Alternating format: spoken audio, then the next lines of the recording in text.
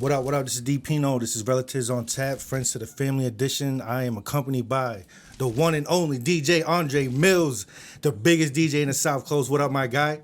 What's good, my guy? You like my intro, huh? Yeah, that was pretty dope. You just forgot the... I can put it in post.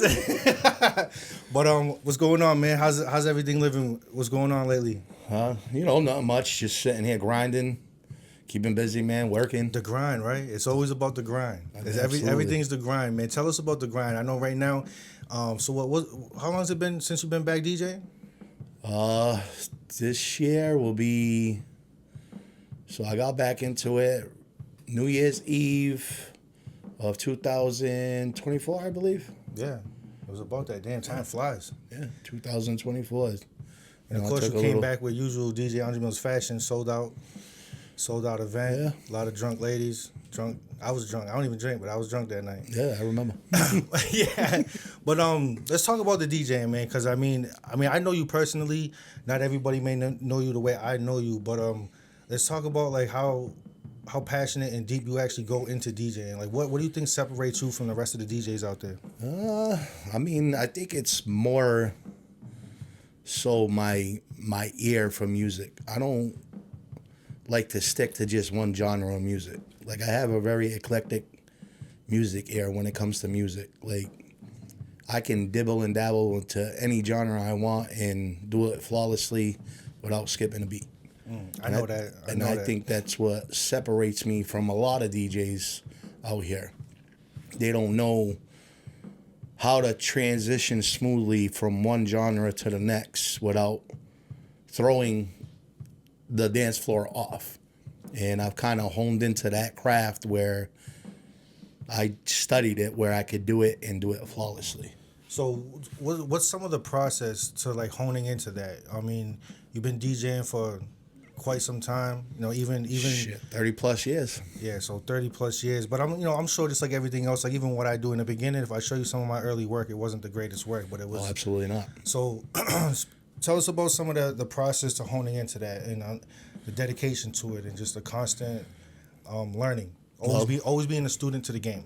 Well, what actually got me to being a student to the game was my older brother, Carlos. He was actually a Portuguese wedding DJ. And when I was younger, I used to sneak into his room and fuck around with his equipment. And before he got home, I tried to put everything back how he had it. So he wouldn't notice that sneak tip. He wouldn't notice I was messing with his shit. So that's literally the beginning for me of where it got me wanting to actually be a DJ. And shit, since I was a kid, even running around on the block, like I always tell everyone, I'm going to be a DJ, I'm going to be a DJ, I'm going to do this, I'm going to do this. What was the first event that you DJ'd? Well, the first event I did was a house party, as far as actually DJing. Yeah. I did a little house party, and then from there was like basement parties. But my first actual venue that I did was actually Octane on the Acushnet Avenue. And it took me a while to build up to that because I always felt like I wasn't quite good enough to be in that scene. And then from, just having friends over, doing like little house parties or hall parties, everybody's like, yo, like, you need to get into the clubs. Like, trust me, you belong there. And then finally I just made the move, and it's been history ever since. I just recently met the owner of Octane. I met him at Rose Alley. Oh, Claudio, yeah. He's an interesting character. Shout out to Claudio. He was drunk. Claudio, yeah. He was hammered. But going back to them house parties, though, where I remember going to house parties like Brick and Wood parties, Prezi parties. Did you DJ any of them? I did a lot of I did a lot of North End parties, you know what I'm saying? Like, and then basically what we would do back then is we would rent out halls ourselves and just throw our own parties. We weren't old enough to be in a club yet, but we wanted to party, so that's what we did. So early on, those were, would you say those were the first signs of like entrepreneurship? Taking the responsibility of renting your own venue and throwing the party yourself? Absolutely. I would say it was. I mean, I didn't know that that was the category that was falling in back then. Because for us back then, it was just we wanted to have fun. Yeah. You know, we were young, dumb. We weren't old enough to obviously get in clubs and drink, so we just took it upon ourselves to like, fuck it, let's just do our own events and throw it for ourselves. Yeah. So 30 years of nightlife experience. Correct. That's an impeccable feat. What could you say about the nightlife in our area, the South Coast? I know you travel different places, but what can you say about being one of the leaders of South Coast nightlife? Oh, I mean, there's a lot to say. South Coast has its ups and downs, you know. Right now, I feel like we're in our soft era of nightlife. It's like everybody's more targeted to like soft events or daytime events. It's not like how it was back in the day. Like nightlife back in the day, for me, I feel was a lot better. Like I remember bringing back to like when I first started DJing at, you know, these smaller venues. I remember pulling up to these places and there already be a line outside. Now you're pulling up to places, you're the first one there, you're setting up, people aren't actually getting there until later on. You know, it's kind of weird right now, but you know, the one thing I can say is when we party, we know how to party. I will say that too, because my time in Atlanta, you know, even though it was, you know, generally speaking, shortly lived, I guess in the grand scheme of things, something that I noticed that we do a lot out here that they got away from apparently in Atlanta is dancing. Correct. Like, I've seen you turn a crowd that was predominantly on their phones and get them on the dance floor. What is your technique? How do you get them girls to motivate themselves off the phone and get on that dance floor and shake some ass? Well, it's basically just I watch people. You know, what I like to do is I like to take people on a journey. So that journey might start off slow and slowly climax to the point I want to bring you. You know, first I want to get you looking up. I want to make sure you're making the bar money. So I get you nice. You know, I'll play nice, slow type melodies that will get you wanting a drink. And that's once I start seeing you at the bar, bobbing your head, shaking your ass a little bit, doing the little A's. Yeah. I know I got you. And then from that point on, I just know where to bring you. Do you have a memory? So I have one personally. I don't know where we was at because this was in my drinking days, but I just know there was just like an epic moment. And when you dropped that, I'm in love with the cocoa, it was just like, the whole energy in the room switched. Can you tell me about a time where it was like an epic drop and you completely took control of the room? That was actually at the Q Mansion. I remember that night. Man, when you dropped that record, it was I remember that night. You could feel the shift in the air. It was something different. Yeah, no, I remember that night. That would have been one of them. Another night actually would have been, I would say, at Rachel's Lakeside with Dick G at the time. Shout out Dick G. Shout out Dick G. We got to get you back, bro. Yeah, absolutely. He needs to come out of retirement for sure. The game definitely needs him more than ever now. Right. But, it was at Rachel's Lakeside with Dick G. I think, I want to say the record I dropped was it I'm a Boss? Oh, that's a good one right there, too. I believe it was I'm a Boss. I don't know, as soon as that that was, the whole energy just went bananas. That was it. I've seen the crowd's energy transform you also. Like you know, it's kind of like a transfer of energy, right? I've seen you getting into the groove and kind of matching the crowd's energy, and then once you grab them, it's like now it's like y'all are in sync. Correct. I've seen you just become a whole nother person. Tell me about that rare form Andre Millz. I'm talking about that. It's 1:30.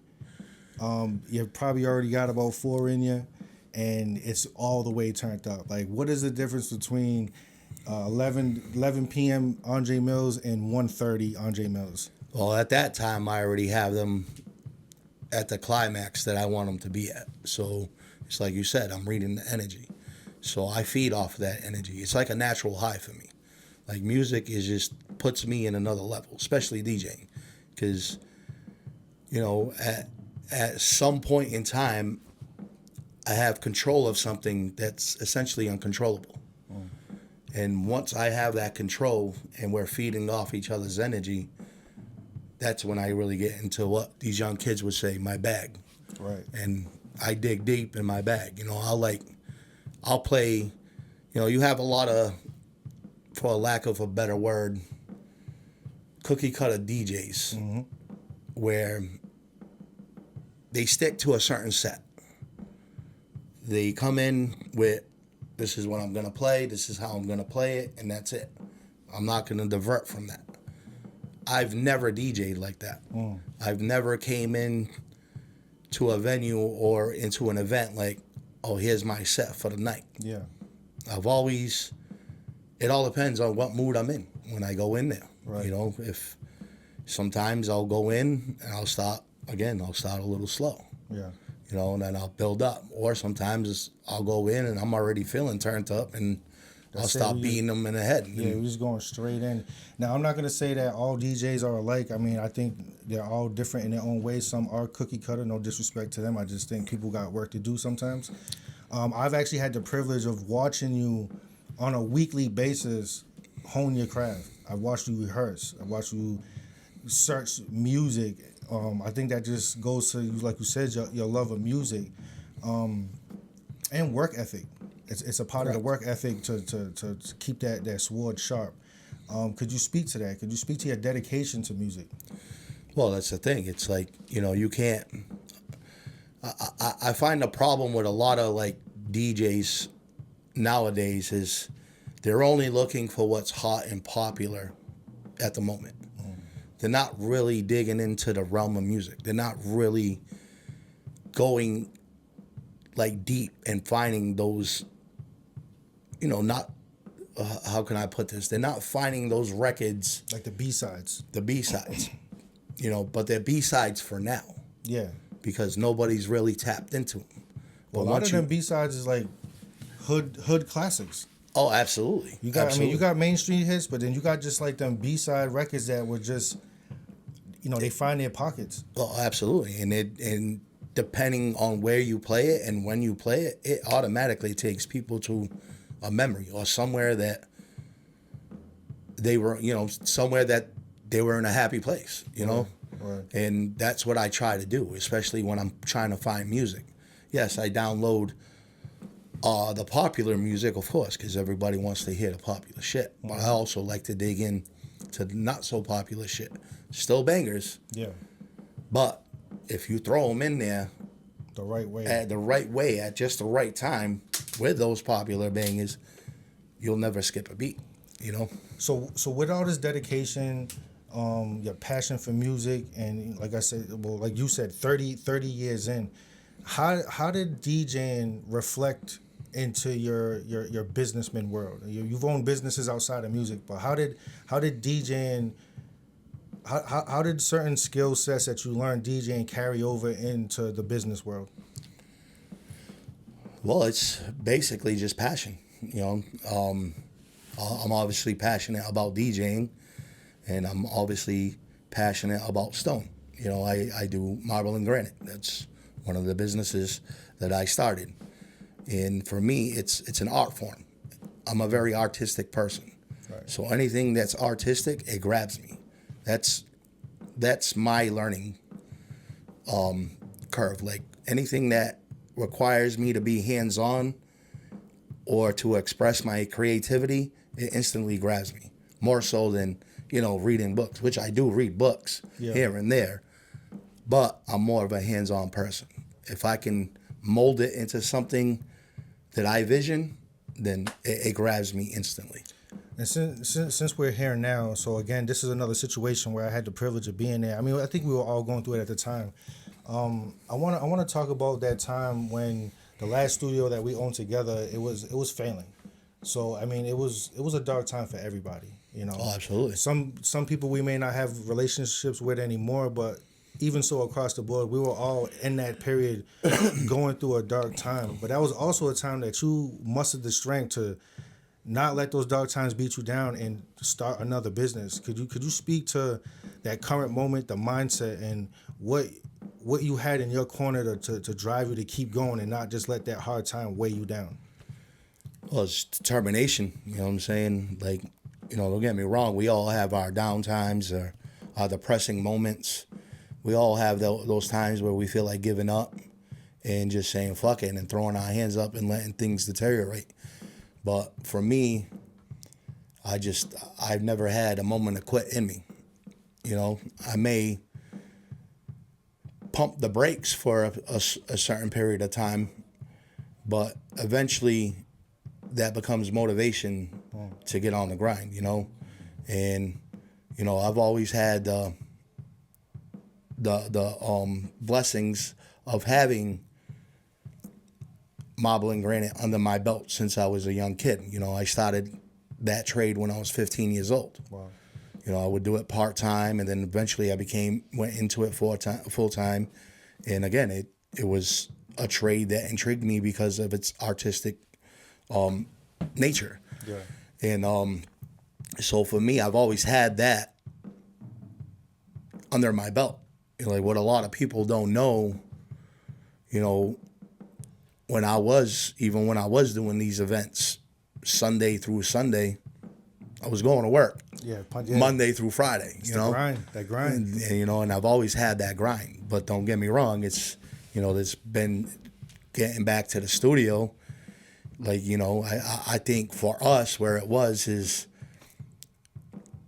for lack of a better word, we just ended up partnering up with the wrong people. Yeah. A lot of people didn't have the visions that we had and were too lazy to take it to where we wanted to take it. Mm-hmm. And for me, I just got tired of the point where it became more of a hangout than a business. Yeah, that's true. And again, at the time I was married, I was dumping a lot of money into it, a lot of personal money. It caused a lot of risk between me and my wife, and which I get because here I am dumping all this money into this business, and now I'm not seeing nothing back. Yeah. And it's like, it's tough on the family. At what point do you say, okay, it's time to step back? Smart businessman always told me, he said, a great businessman knows when to invest, but a greater businessman knows exactly when to pull out and walk away. Yeah, when to walk away. So at that point, where I was damn near down to my last of my last, I was like, shit, what the fuck am I going to do? Yeah, build an A-frame. And then I looked at my brother who had the same skill set as me. We were actually working for a guy in Warwick at the time doing, he was paying us by the square foot. But I remember he was paying us for our money. And it's kind of crazy because we actually went in there, he owed us together, like jointly, like a little over $6,000. Wow. And I remember looking at my brother like, nah, this dude ain't gonna play us. So we ended up going in the shop, taking all his tools, packing up my truck with it, and driving to New Bedford with his whole shop in my truck. And then welcome to New England. And then he ended up calling us, because now mind you, he was avoiding our calls for like a week straight. Mm-hmm. But once he found out that we took all his equipment, he was like, yo, like, nah, I'm not playing you. Like, I'm going to come pay you. All right, well, drive down here. Yeah. I got your stuff. Like, you give me my money and I want cash. Nothing more, nothing less. You give me my money, I'll give you your tools. Right. So, he came, gave us our money. We gave him back his tools. I looked at my brother. He looked at me. He said, I said, what do you want to do with your money? He said, what do you want to do with your money? I said, I'm going to go buy some tools. Right. And then my brother Steve looked at me. He said, I'm going to go buy some lumber. We went and bought tools, bought lumber, and shit. We started building tables in the studio. Yeah, I was there. In the middle of the studio. And with that being said, so I vividly remember that, and you offered me, a chance to get in, and it's not that I ever doubted. I remember having a conversation on a dock and just saying, like, respectfully, like, I know nothing about the trade, just, wish y'all the best, and I chose to continue on my path. Correct. But even so, even in that time, although I did support you and your brother in this new venture that you guys were getting on, I watched you stop building. I watched the lumber come in, but not everybody else felt that way. Is there some advice that you can give somebody listening right now who may be dealing with, whether it's outside people or inner circle people, with the doubt, just not believing? Because clearly you and your brother, and I believed in y'all too, but it was more so you and your brother, you believed in yourself enough to block that. So what could you say to some younger people out there, or even older people who are dealing with the doubters? I'd say fuck them. It's not their journey. It's your journey. You know what I'm saying? At the end of the day, the only person that could tell you can't do something is you. Right. You know, I've had naysayers my whole life. You know, with all due respect, even my parents. You know, they told me, growing up, DJing's not a career. It's not this. You'll never make money off of it.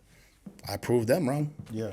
You know, and it's sad because our parents were conditioned to think that the only way you can make it in life is by having a 9-to-5, clocking in, clocking out. You know, and I don't fault them for that. It's just the way that they were raised. But I believe, I've always dreamed big. I dream big or go home. You know what I'm saying? And I choose not to stay home. So I keep dreaming big. Absolutely. I love that. And speaking of success, so we know what trials and tribulations that can be faced through hard times, through struggle, having doubters, having to look a brother in the face and saying, what do you want to do with this last bit of money we have? Speak to some of the trials and tribulations that come with being at the pinnacle, because you was able to build that Marble and Granite. I mean, outside of having a successful DJ career also, but you was able to take that A-frame, take that lumber, and actually build a company that was high valued. You was able to hire friends, me included. But speak to some of the trials and tribulations that came with the success, though. Oh, there was a lot of trials and tribulations. I mean, it wasn't just building, taking the lumber, building the tables, and getting the tools. I also took a small loan out from my wife. I borrowed, at the time, my wife had gave me a small loan to get a building, to get some more tooling that we needed. She actually financed some tooling that we needed to help us get up there, to get to the level where we needed to get up and running. I mean, shit, me and my brother were selling kitchens before we even had a building. Right. We opened the building. Before we actually opened the building, we had 10 kitchens to do off rip. We didn't even have a building yet. And I'm like, shit, we're telling people we're going to do this in 2-3 weeks, and we don't have a building. So how the fuck are we going to do this? But we found a way. But again, it was a lot of sacrifices had to be made to get to the level that we were at. At first, I'd say for the first 4 or 5 months, my brother and I were working without taking a single dollar out. I remember that. I remember being an employee of yours and you giving me my paycheck and just, you didn't tell me because, you're not that type of guy. You're a very prideful man. But I knew that you didn't get paid. You paid me, but you didn't get nothing for yourself. But that's business. And that's what business requires. You know what I'm saying? Like, I can't look a guy in the face that's been busting his ass for me day in, day out for 40 hours and look him in the eye and be like, oh, by the way, I can't pay you today. But I'm going to take my money. But I can't give you your money. I would never do that, and that's one of the things that I vouch that if I ever became a business owner, because I've dealt with that personally myself, where I've worked with people and I'd be busting my ass for 40, 50 hours a week and, oh, I can't pay you this week. Oh, can you wait till next week to get this pay? And I'm like, so when I started, I vowed that I would never do that. No matter what the struggle was, my workers would get paid. And that was a valiant quality that I seen in you, working for you, but also an experience I wanted to touch on. Me personally, and it's mostly because watching you do it. We're actually friends in real life, but I've watched you give your friends opportunities. I've watched pretty much every single one of your friends or even associates be given an opportunity to work at Marble and Granite if they needed a job and was willing to work. Absolutely. But I've also watched friends not know how to distinguish themselves between the friendship and professionalism. Well, that's where it becomes tough. Do you feel like that you would ever still entertain hiring friends? Is that still something that you would keep in your wheelhouse to give friends those opportunities? Me watching you do it, I always felt like I would, but now I still probably would, but be really, really choosy with it. Well, yes, I would still do it, but like you said, I'd be selective with who I would do it with. Mm. You know, for me, one of my biggest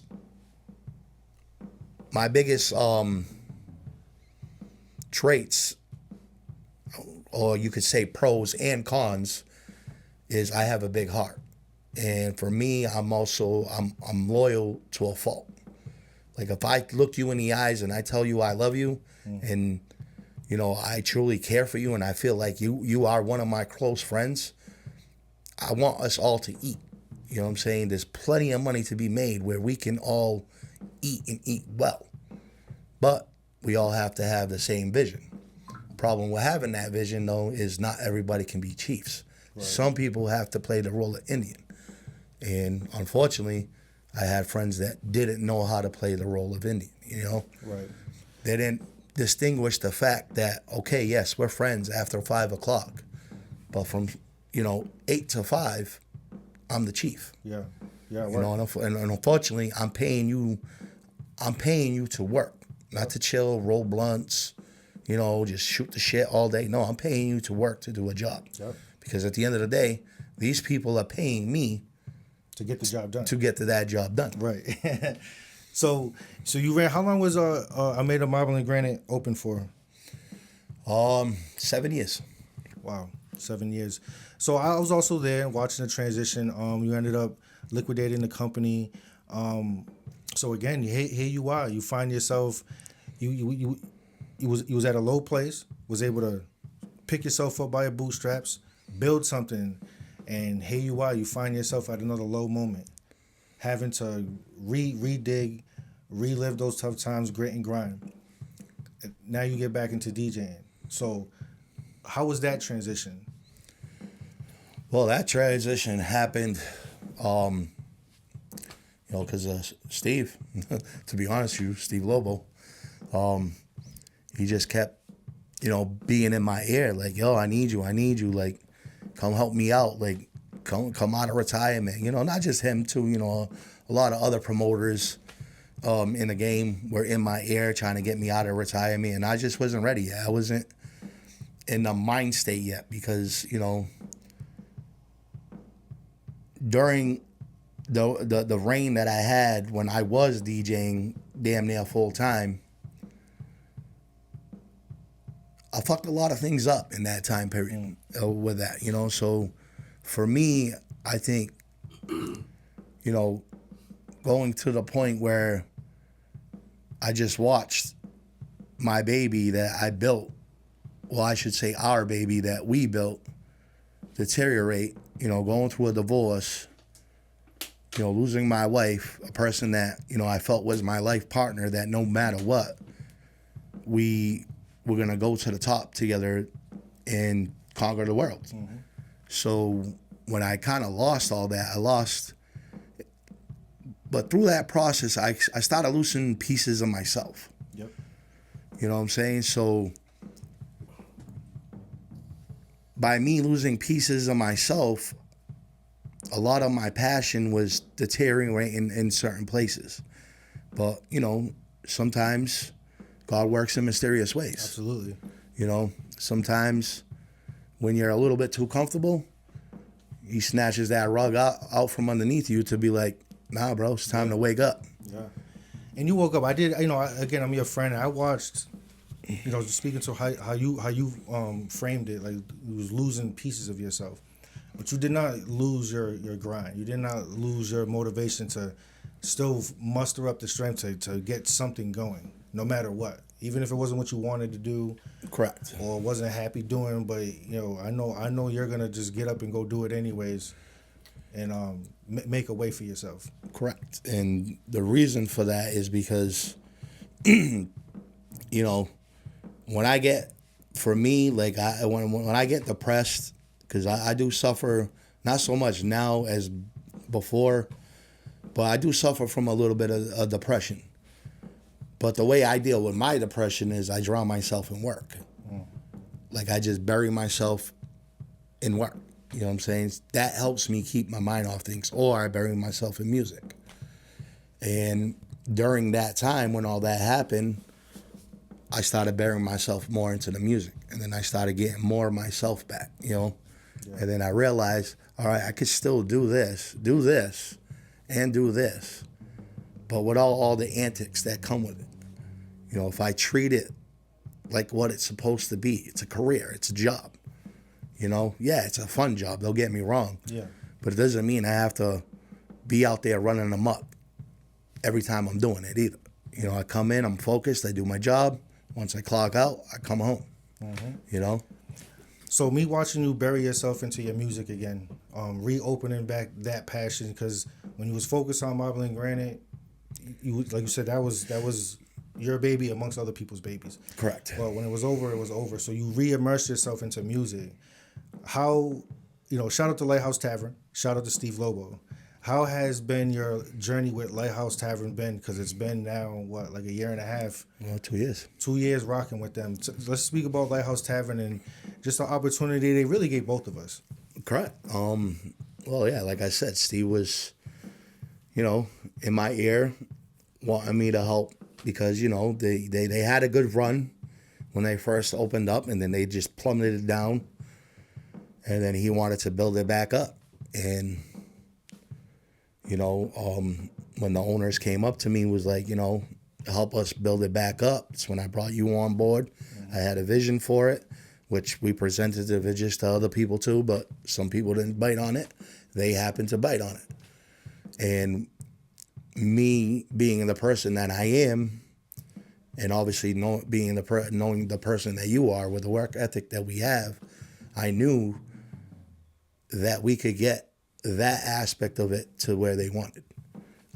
That wasn't a doubt in my mind. It was just, you know, like we said, just bear with us. You know, it's going to take a little bit of time. You know, we're trying to get people to come to the end of the peninsula of New Bedford. And it worked, though.